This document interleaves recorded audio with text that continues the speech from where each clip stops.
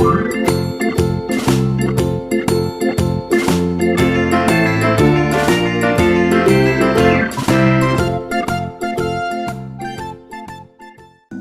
semuanya, Assalamualaikum warahmatullahi wabarakatuh. Pada kesempatan kali ini saya akan memberikan sebuah materi kepada kalian, yaitu tentang bauran pemasaran atau marketing mix. Nah, sebelum kalian menyimak materi pada kesempatan kali ini, jangan lupa untuk selalu like, share, komen, dan klik tombol subscribe serta klik tombol loncengnya. Nah, sebelumnya kita akan mendefinisikan terlebih dahulu apa itu sebenarnya marketing mix ya. Jadi menurut Kotler dan Armstrong, marketing mix adalah sekumpulan variabel marketing yang digunakan oleh perusahaan untuk mengejar target penjualan yang diinginkan. Jadi dari pendapat Kotler dan Armstrong dapat kita simpulkan bahwa marketing mix merupakan strategi pemasaran yang dilaksanakan secara terpadu atau strategi pemasaran yang dilakukan secara bersamaan. Strategi tersebut digunakan dengan menerapkan elemen strategi yang ada dalam marketing mix itu sendiri. Nah, selanjutnya kita akan membahas tentang penerapan bauran pemasaran. Yang pertama adalah pengenalan faktor pasar.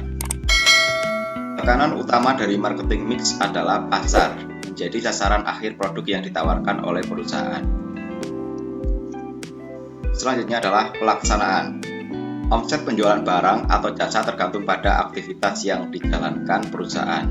Omset penjualan suatu barang sebenarnya tergantung pada kualitas barang. Yang ketiga atau C, itu harus seimbang. Dalam melaksanakan marketing mix atau bauran pemasaran, secara umum, advertensi atau iklan dan kualitas produk harus diusahakan dalam keadaan seimbang. Yang keempat atau D, tidak boleh statis. Marketing mix tidak boleh bersifat statis, tetapi harus bersifat dinamis dan sesuai dengan perkembangan pasar. Yang selanjutnya adalah tidak boleh meniru. Dalam melaksanakan marketing mix, perusahaan tidak boleh meniru perusahaan lain, karena situasi dalam kondisi perusahaan yang satu dengan lain tidaklah selalu sama. Selanjutnya adalah harus bertujuan jangka panjang. Dalam melaksanakan marketing mix, sebaiknya diusahakan untuk mencapai tujuan jangka panjang. Adapun tujuan jangka pendek sifatnya lebih untuk membantu dalam mencapai tujuan jangka panjang. Selanjutnya adalah situasi dan kondisi perusahaan. Dalam melaksanakan marketing mix, sebaiknya perusahaan terlebih dahulu menetapkan omset penjualan yang ingin dicapai. Namun, jika dana perusahaan terbatas, marketing mix dapat ditetapkan terlebih dahulu, baru kemudian menetapkan target omset penjualan yang mungkin dicapai. Selanjutnya adalah berdasarkan pengalaman. Menetapkan marketing mix berdasarkan pengalaman-pengalaman yang lalu pada umumnya akan memiliki peluang yang sukses yang lebih besar. Dengan mempertimbangkan pengalaman, perusahaan akan lebih sadar akan kekurangan dan kelemahan advertensinya atau iklannya. Nah, selanjutnya kita akan membahas di unsur-unsur marketing mix. Yang pertama adalah produk atau produk ya. Produk adalah suatu sifat yang kompleks, baik dapat diraba maupun tidak dapat diraba, termasuk warna, bungkus, prestis perusahaan dan pengecer, pelayanan perusahaan dan pengecer yang diterima oleh pembeli untuk memuaskan keinginan kebutuhan. Penggolongan barang berdasarkan tujuan pemakaiannya ya. Jadi di sini saya akan menjelaskan tentang penggolongan produk ya berdasarkan tujuan pemakaiannya. Yang pertama adalah industrial goods atau barang industri. Industrial goods adalah jenis barang yang dipergunakan oleh perusahaan untuk mencapai kebutuhan operasional dalam menghasilkan produk baik barang atau jasa. Contohnya barang ini adalah mesin pencetak makanan, mesin pengemas makanan, produk instalasi, dan lain sebagainya. Kemudian adalah barang modal atau capital item. Barang modal atau capital item adalah barang tahan lama yang memudahkan pengembangan atau pengelolaan produk jadi. Barang modal meliputi dua kelompok, yaitu instalasi, ya, jadi instalasi di pabrik atau kantor, dan peralatan seperti generator, bor, dan elevator. Yang ketiga adalah barang konsumsi atau consumer good. Barang konsumsi adalah produk yang dibeli untuk dikonsumsi oleh konsumen pada umumnya, atau disebut juga sebagai barang akhir.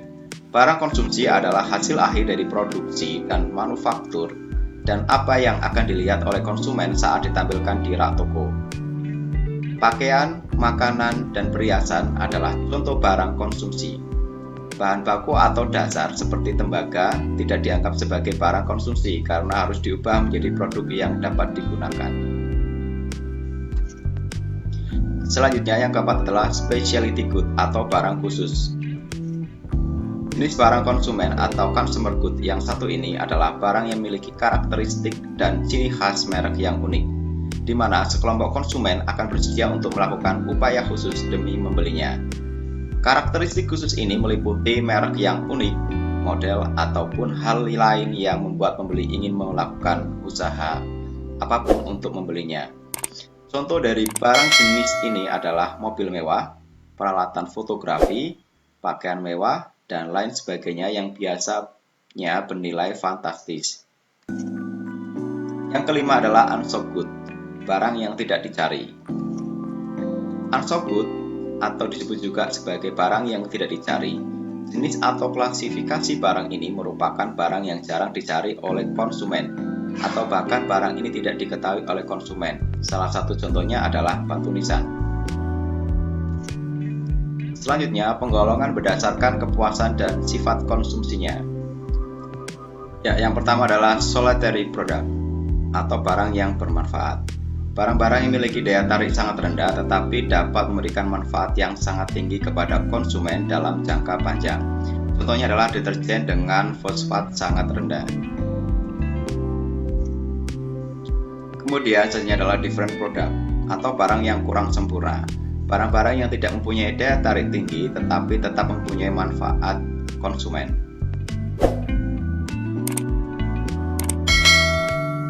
Selanjutnya adalah pricing product, barang yang sifatnya menyenangkan. Barang yang segera memberikan kepuasan kepada pembeli akan tetapi dapat berakibat buruk bagi para pemakai barang tersebut.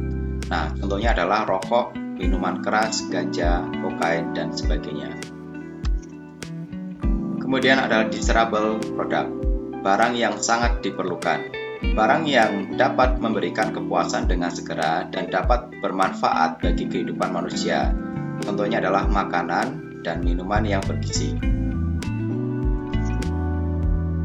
Kemudian berdasarkan sifat konsumsinya.